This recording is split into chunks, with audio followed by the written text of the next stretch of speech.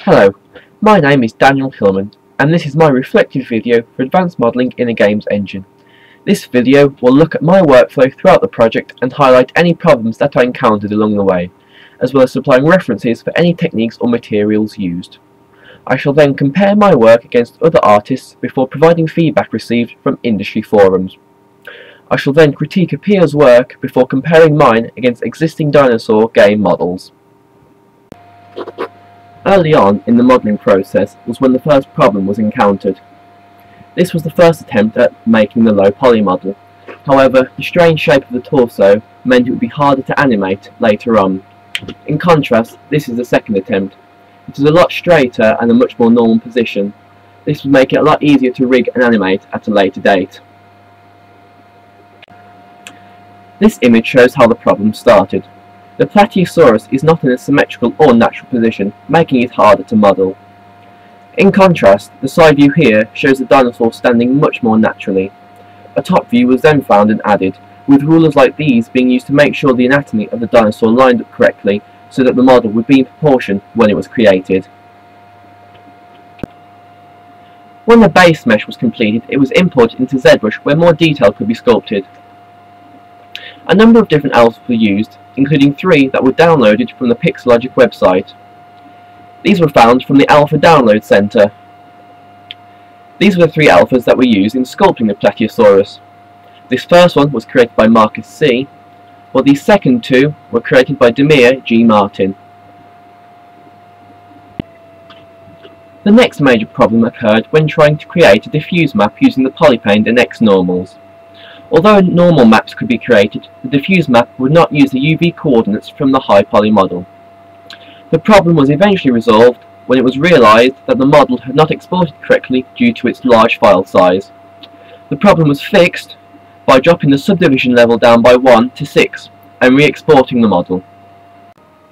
There were a couple of problems that occurred when animating the dinosaur. The first was during the walk animation. As you can see, the leg pops out of position during the animation. This is due to the positioning of the bones in the leg. To try and stop this, the legs were repositioned and the number of bones affected were changed using keyframes and the number of IK bones slider here. Unfortunately, the error could only be decreased using this method, as attempts to completely remove the pop failed. The second error was much easier to fix. When the model was exported and then tried to import it into UDK, it would not load correctly. This was due to the unwrap here being on top of the skin. To fix this problem, the skin was simply moved above the unwrap layer. When the dinosaur had been completed, all of the UDK files were uploaded to the Polycount forums for people to download and give feedback. One piece was received from a user and said, "A good attempt at a Plateosaurus. The walking animation is good apart from the error in the leg. The model could be improved by making scales more pronounced and giving the leg muscles more definition. The texture could also be improved as it gets slightly blocky up close. Finally, the hands need to be improved as they look stuck on." The outcome of this assignment was to create a mecha or organic dinosaur that functions in UDK. The dinosaur must have an appropriate texture set and must work in UDK. It must have a simple animation tree and function as an NPC or character in the game. All of these targets have been met, although could be improved. All of these problems were highlighted by the user from the Polycount forums. The leg of the dinosaur needs to be more muscular, while the hands need a lot of work, and the scales more pronounced. The texture could be edited in Photoshop, so when players get close to the dinosaur, it does not look so pixelated. When my dinosaur is compared to some of the dinosaurs from Orion Dino Board, there is a rather large gap in quality. There is a phenomenal amount of detail on these models, and the textures are clear even up close. My dinosaur would definitely look out of place if it were in the game, and the improvements mentioned must be completed to bring it up to standard. For the final part of this video, I will be critiquing the work of Alex E.C.